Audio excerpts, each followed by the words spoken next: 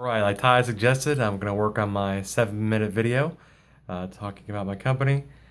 And even though it's been about 16 hours I've been up for today, I'm still going to get it in here. So let's start off with my name is Flint Harold. I am part of a private equity group.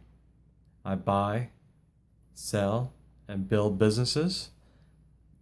I triple businesses in 8 to 12 months and sell them in 2 to 3 years. So a lot of times people get, businesses get stuck because of lack of marketing, lack of systems, lack of talent, lack of capital.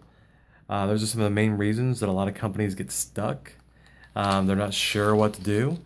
I know with businesses that I work with, there's some golden rules, as it was. Um, you know, from a business that fits the model, needs to be sales or marketing driven. It needs to have some exclusivity of some sort or a specific territory. Um, let's see, it can't compete just on price. Let's see, it has to have a high gross margin, and then and also that has to have built-in demand. So so basically, I don't want to have to create demand.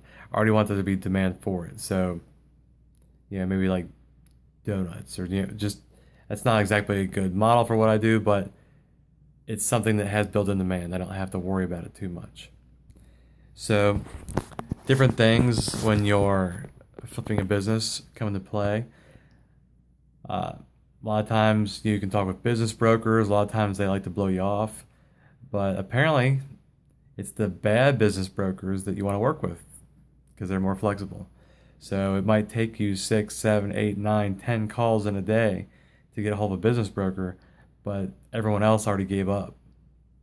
So you're getting through. So those are the business brokers you want to work with. Those are where your best deals are going to be, at least from brokers.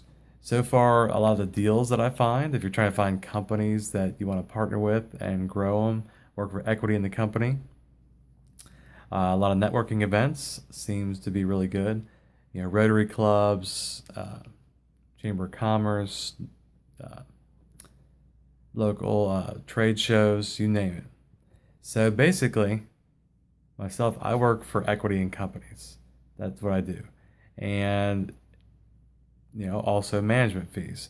So that's if I'm only buying a portion of your business and growing it. Now, if I'm buying the whole business, that's a different story. Um, there's lots of ways to buy everyone's business, depending on what they want. There's multiple ways to value a company.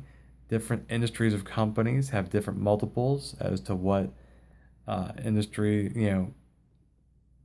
they get paid for. So somebody in the service industry might be different than the manufacturing industry. And those are all different industries I work with. So I work with retail, sales, distribution, service industries, you name it. Typically I don't work with franchises, but franchises are something that we might be able to consider if it's like a premium brand. Like one of the examples was a Harley Davidson dealership. They were taking a peek at. So there's lots of ways to get going. Um, let's see. Now, good examples of businesses that we've worked with. So, say like a trucking company. So, we've gotten in there, tripled their company, and then getting them prepared to sell in 2 to 3 years. And then there's a pest control company.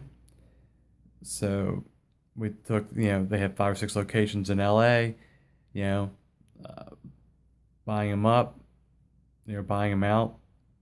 We're going to triple them, and then sell, completely sell out in 2 to 3 years. Now, places like the pest control business, and basically all the businesses, our business model is to systematize and turn it into a turnkey business in a box type of thing. So that way it makes it really attractive. Also, by making it like a business in a box, you can make it attractive for other companies. So like the pest control company, we made it very, attractive. So it gets everything, systems get put in place, the right people, systems, marketing. And so now there's a massive customer list. Their income is killing it. And now it's very attractive to publicly traded companies like Terminix and things like that. So now Terminix might know that, hey, because Terminix say, $1 at Terminix, because they're a publicly traded company, it might be worth $15 on the stock market, with their stock. So Terminix knows that if there's another pest control company that say has 5 or 6 locations and a bunch of trucks and customer lists and everything, that they could buy the existing pest control business for, say they could buy it for $1 million, or say they buy it for $5 million, then they might know that it's going to equate to $20 million, or, well, actually, if they're doing like a 15 multiple or 12 multiple, so they buy it for 5 million, their company is worth 60 million more because of the multiple, depending on what it is. So those are reasons why we do what we do. So we've got people like my mentor standing behind me. My mentor has been in this space for 30 years, has flipped thousands of businesses, has hundreds of C-level executives at the ready, and we're part of 2 different private equity groups. And actually, I'm soon to be an owner in a private equity group that's being newly formed. That definitely has presence, doesn't it?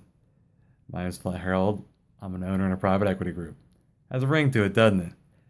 Well, it's the first 7-minute video I've done like this, so it might be a little bit jumbled, but I made it. 7 minutes, 12 seconds. All right, definitely let's get better next time. Have a good one.